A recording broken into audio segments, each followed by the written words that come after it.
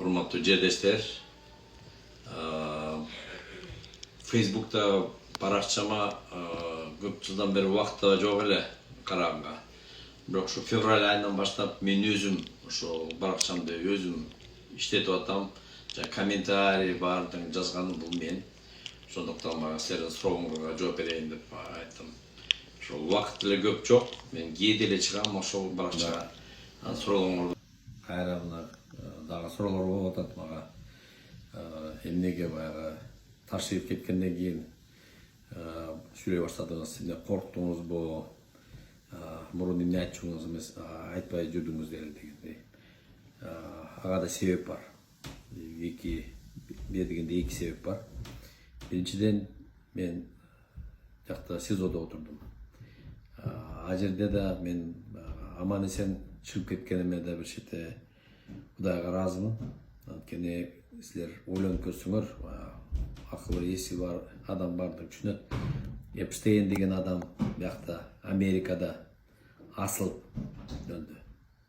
Көбү билет, асылып өзү баягы асылган эмес.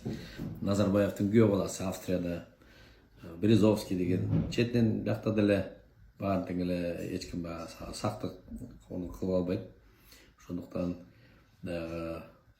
СИЗОдо отурганда билем кандай кээ бирлер азыр деле өтүп кетпедиби? Акыркы 3-4 жылдын ичинде кээ бирлер асылып өлдү деп айтып коюшат. Ошондуктан баягы өз өмүрүмөн да аман эсен чыгып кетейин деп. Мен адвокаттарым, туугандарым, досторум айтты, унчукпаңыз, аман эсен чыгып кеткичи анан деп. Ошол бир себеп. Экинчи себеп, мен балдарым да бар. Ал Бишкекте улуу балдарым тиякта, неберем да бар. Ошондуктан баягы алар да bir кырсыкка учуруп калбасын деп, экинчи себеп. Анан чынын айтканда жанагы мен Кумторду алып бердим да. Кумтор деген 2,3 миллиард доллар ошол кезде болчу. Азыр бери дегенде бир 5 миллиард доллардык компания. Ошону алыш үчүн баягы мага атайын охрананы берип, 9-чу управлениядан. Мени күнү түнү 3 бала, үйгөн балдары апселе жанымда жүрчү. Немеден алмашып. Мен үй бүлөмдү атайын ушактан канал алып кетип, Алматага көчүрүп, 6-базар күндөрү Алматага алып берчүм. Ошондуктан чек арадан өткөндө эле Казакстандын служба безопасности КГБлерин балдарды мени сопровождение кылып туруп, үйгө чейин алып келчү. Анан 6-базар күндөрү ошол Казакстандагылар мени кайтарчу. Бул абдан чоң иш. Баягы түшүнгөн адам түшүнөт. Мага угрозалар аябай көп болгон. Телефондон чалып, үй бүлөмдү коркутуп, балдарымды да коркутуп, баардык анткени Кумтордо коррупция деген абдан чоң. Абдан чоң, аны да четин айтып берем. Кандай кимиси канча урдап атканы, кимиси канчадан сатчу. Бул чоң абдан иш. Ошону коркпой, баягы эркекче Кудай жардам берсин деп ошону жасадым. Ошондо Ташиев да эч ким жардам берген жок. Мен канча кайрылдым. Жардам бергиле, мен жалгыз бардым, ошону тазалабайм деп. Эми кийин болсо үйдө тамаша арест дегенде үйдө отурганда ошондо кетердин алдында, соттун алдында кезиккенбиз. Баарыбыз ошол жерде чогулуп, президент болуп, ошол кезде мен көбүн түшүнүп калдым. Тиги Зулушев кайрыле мына 17 эпизод бар, сизди момчадан күнөөлөп атат деп. Бир эпизоддо бир мына момчадыбажан акча чыкты, же бирөөлөр телефондо мына сураныптыр, же сиз сураптырсыңар, же сиздин атыңыздан бирөө кайрылыптыр деген эчтеке жок. Бир факт да жок. Алар билет мен таза экенимди. Анан ошондо Ташиев өзү айтып калды. Аябай издесек бирдеме таппакпыз депчи. 18 ай мени издеп эчтеке тапкан жок.